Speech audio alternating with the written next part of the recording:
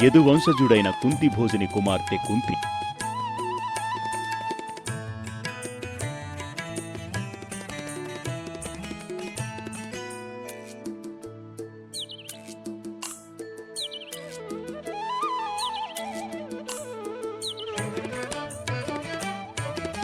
కుంతి కన్య వయసులో దూర్వాస మహాముని వరం వల్ల సూర్యుని ప్రార్థించి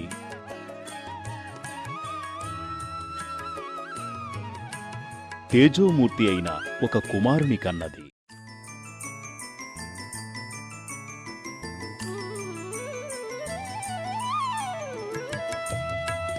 లోకోపవాదులకు భయపడి ఆ బిడ్డని ఒక పెట్టెలో ఉంచి నదీమ తల్లి ఒడికి అప్పగించింది. ఆ బాలుడు అతిరథుడనే సూతునికి దొరికాడు.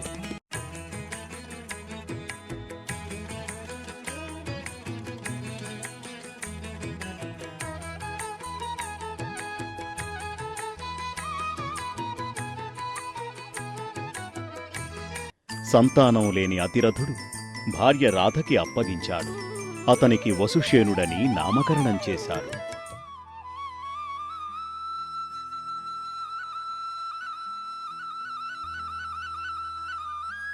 వచకుండలాలతో దానగుణంతో పెరుగుతున్నాడు వసుషేనుడు.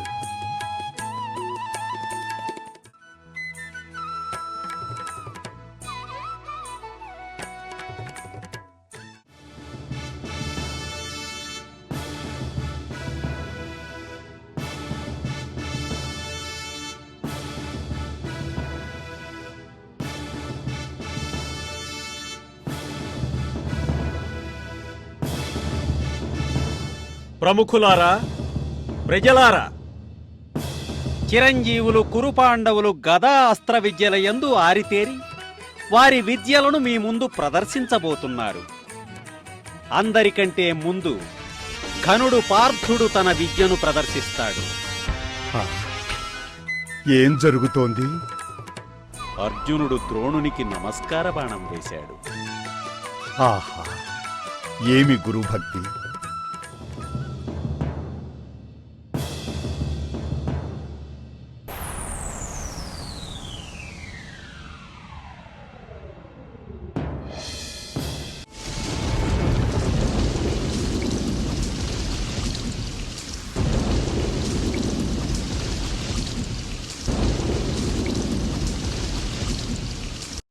పార్థ, ఆ వారుణాస్త్రాన్ని ఉపసంహరించు నాయన.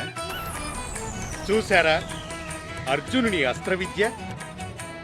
ఆగండి! పెద్దలకు నమస్కారం. ఒక వీరుని శక్తి సామర్థ్యాలు చూసి మురిసిపోకండి. అంతకు మించిన వీరులున్నారని గుర్తుంచుకోండి. ఇంతమంది వీరులున్న ఈ సభను ధిక్కరించి ప్రశ్నించిన నిన్ను అభినందిస్తున్నాను. నీ మీద నీకున్న నమ్మకానికి ఆనందిస్తున్నాను. ఎవరు నాయనా నువ్వు? నన్ను రాధేయుడందురు. కవచకుండలాలతో పుట్టినందువలన కర్ణునిగా ప్రసిద్ధుడను. నా గురుదేవులు పరశురాముడు. ఈ వీరుడు ప్రదర్శించిన విద్యలు ఘనత కాదు. చేతనైతే నాతో యుద్ధం చేయమనండి. అతని కంటే నేనే గొప్పవాడినని నిరూపించుకుంటాను. కర్ణ, నేను సిద్ధమే. వెయ్యి బాణం. ఈ అర్జునుడు మొదటి బాణంతోనే నీ గర్వమణచగలడు. చూద్దాం. కాచుకో! ఆగండి, శాంతించండి. చిరంజీవులారా, ఈ ప్రదర్శనలో క్షత్రియ విద్యార్థులకు మాత్రమే ప్రవేశం. నీవు క్షత్రియుడవా? వీరులకు క్షాత్రం ముఖ్యం కాని కులం ముఖ్యం కాదు. నాయన, నీ పుట్టుపూర్వోత్తరాలు మాకు కావాలి. మా తండ్రి అతిరథుడనే సూతుడు. అయితే నీవు అర్హుడవు కావు. బావా కృపాచార్య, కాస్త ఆగు. పోనీ నీవు ఏదైనా రాజ్యానికి రాజువా? కాదు. ఆచార్యవర్య, ఈ కర్ణుడు రాజైనచో పోటీ పడవచ్చునా? నిరభ్యంతరంగా. అటునైనా ఈ కర్ణుని నేనిప్పుడే అంగరాజుగా ప్రకటిస్తున్నాను. సుయోధన, తొందరపడుతున్నావు నాయన. నాయనా సుయోధన, అల్పుణ్ణి అందరం ఎక్కిస్తున్నావు.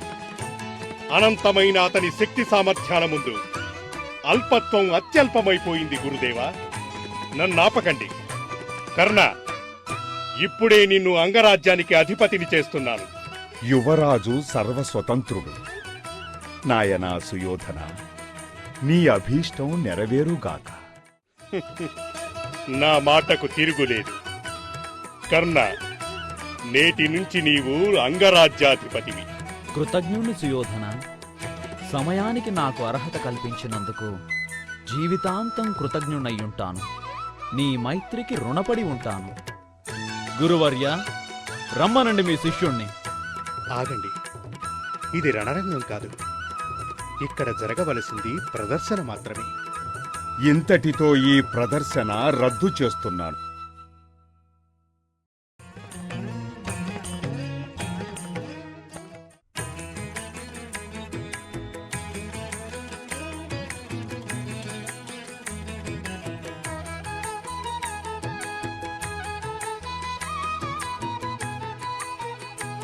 మామా సత్యవతీ పౌత్ర, నీ తమ్ముని కొడుకులు రాజ్యభాగం అడిగారు. అది ఇష్టం లేకపోతే కనీసం 5 ఊళ్ళిమ్మని అడిగారు. నీ తనయుల మాట వింటావో లేక స్వతంత్రించి నిర్ణయం తీసుకుంటావో అది నీ ఇష్టం. వాసుదేవ, అన్నీ నీకు తెలిసి నన్నడుగుతున్నావా? గుడ్డివాడిని.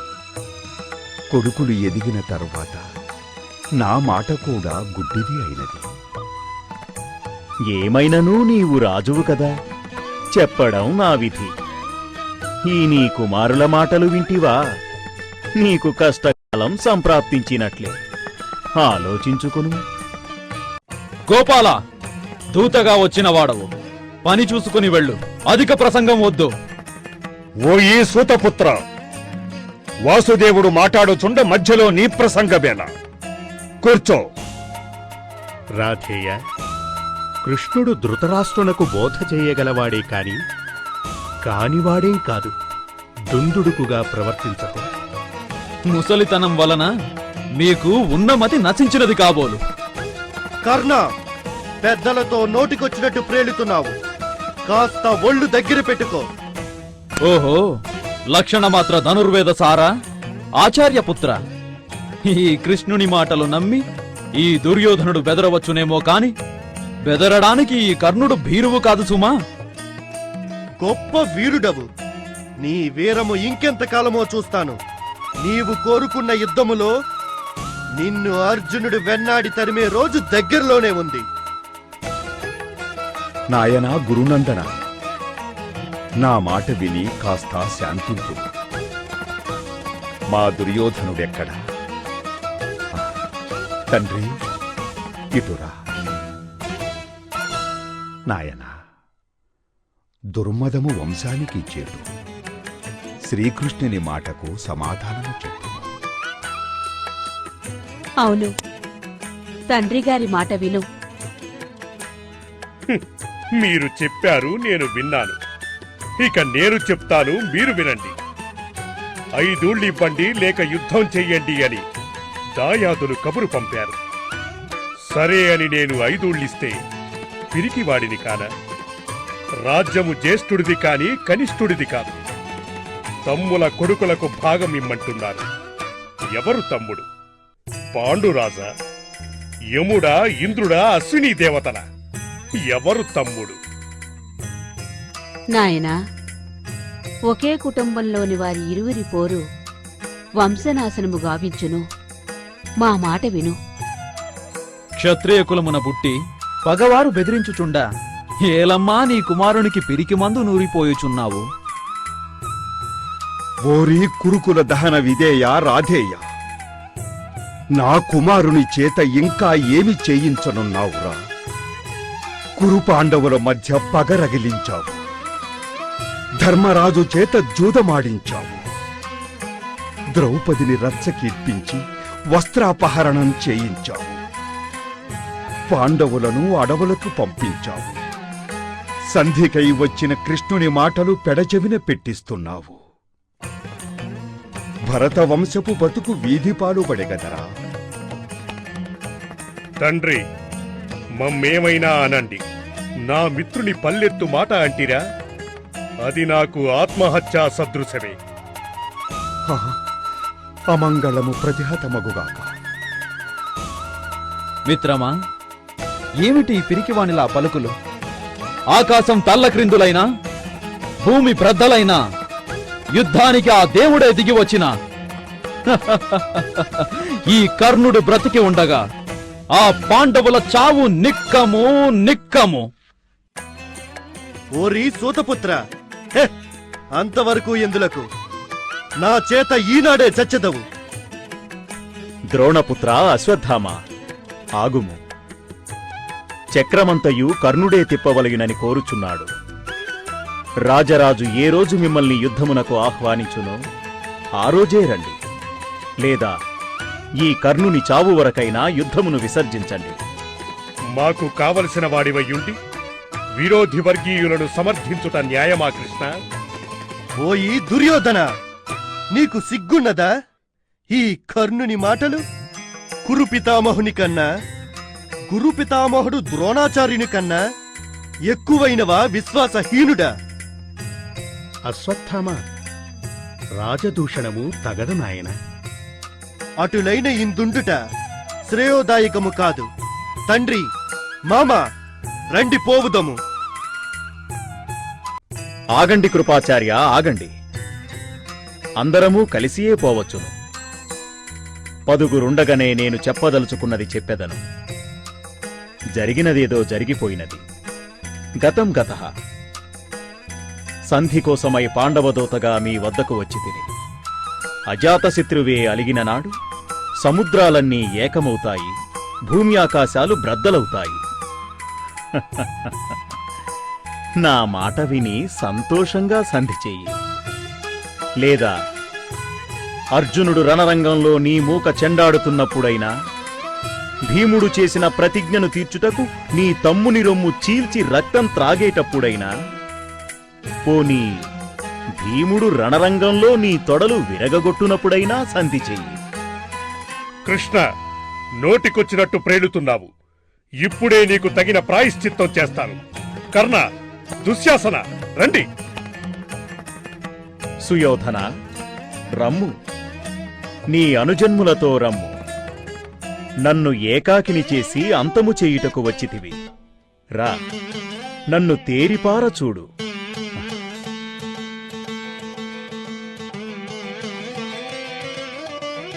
ధన్యులము శ్రీహరి, ధన్యులము. ధన్యులము శ్రీహరి, ధన్యులము. అయ్యో పాపాత్ముడను, అంధుడను. శ్రీహరి నిజరూప దర్శనం నాకు లేదు కదా. కురుపతి, నీకునూ దివ్యదృష్టి నొసంగితిని. దర్శించి తరించుము.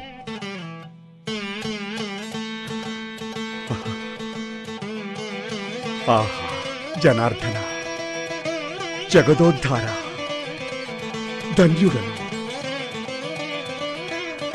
సర్వము నీవే పరమాత్మ. నీ దర్శనమున నా జన్మ ధన్యమైంది. నీ విశ్వరూప దర్శనం చూసిన తరువాత ఈ పాపపు ప్రపంచమును చూడలేను. వద్దు మహానుభావ, వద్దు. తథాస్తు.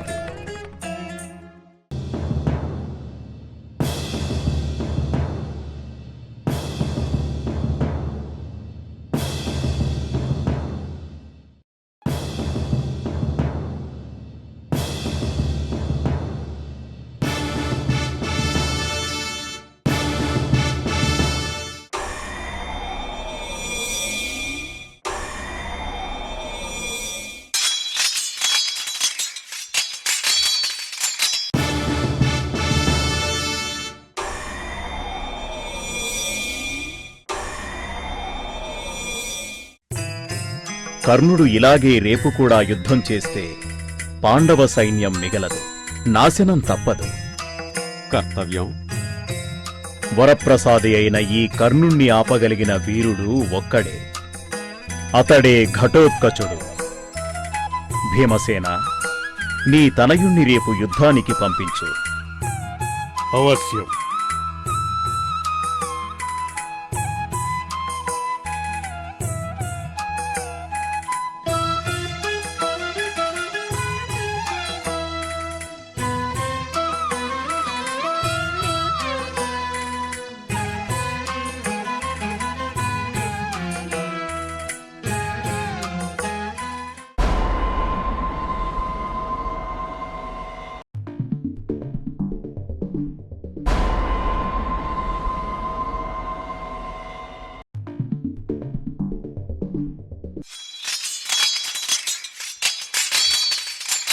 ఏమిటి వింత? ఎవడి మాయావి? ఇది ఘటోత్కచుని పనే, భీముని తనయుడు. ఇప్పుడెలా? కర్ణుని వద్ద ఉన్న బ్రహ్మాస్త్రం తప్ప వేరే గతి లేదు. కర్ణ, ఈ ఉపద్రవం తప్పాలంటే ఈతనిపై బ్రహ్మాస్త్రాన్ని ప్రయోగించు. అర్జునుని సంగతి తరువాత, ముందు ఈ మారణహోమం ఆపు. త్వరగా ప్రయోగించు. అవును, ప్రయోగించు.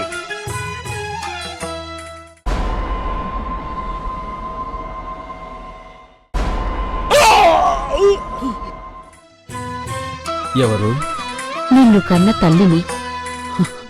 అమ్మా, నాయనా, దురదృష్టవంతురాల్ని. ఆ పిలుపుకు నేను తగను. అలా అనకమ్మా. ఎంత కానిదానివైనా కన్న తల్లివి. వచ్చిన కారణం? నాకు 6 సంతానం. ఏ ఒక్కరూ లేకపోయినా నాకు గర్భశోకం తప్పదు. నన్నేం చేయమంటావు? పాండవులను సంహరించనని ప్రమాణం చెయ్యి. ఒక్క అర్జునుని తప్ప మిగిలిన వారిని సంహరించను.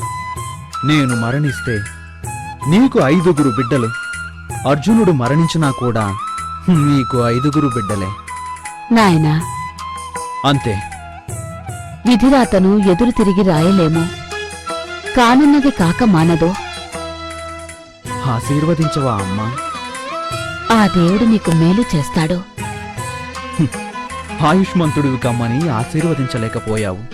కన్న తీపి కూడా చేదుగా మారింది. దురదృష్టవంతుణ్ణి.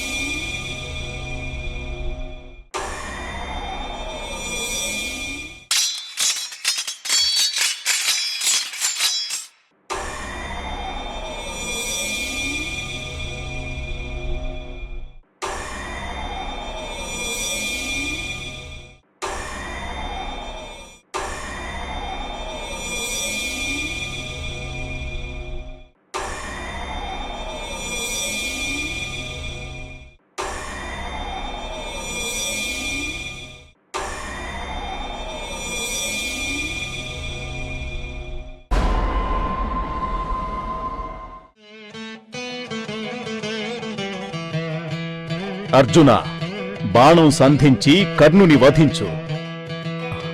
బావా, అతను నిరాయుధుడు. రణరంగంలో శత్రువుని చంపడమే కాని జాలి తలచరాదు. కాని కృష్ణ, ఇది అధర్మం.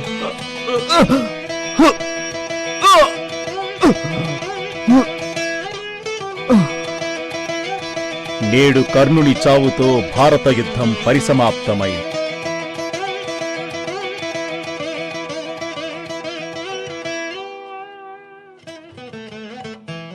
అనగనగా ఒక పెద్ద రాజ్యం ఉండేది.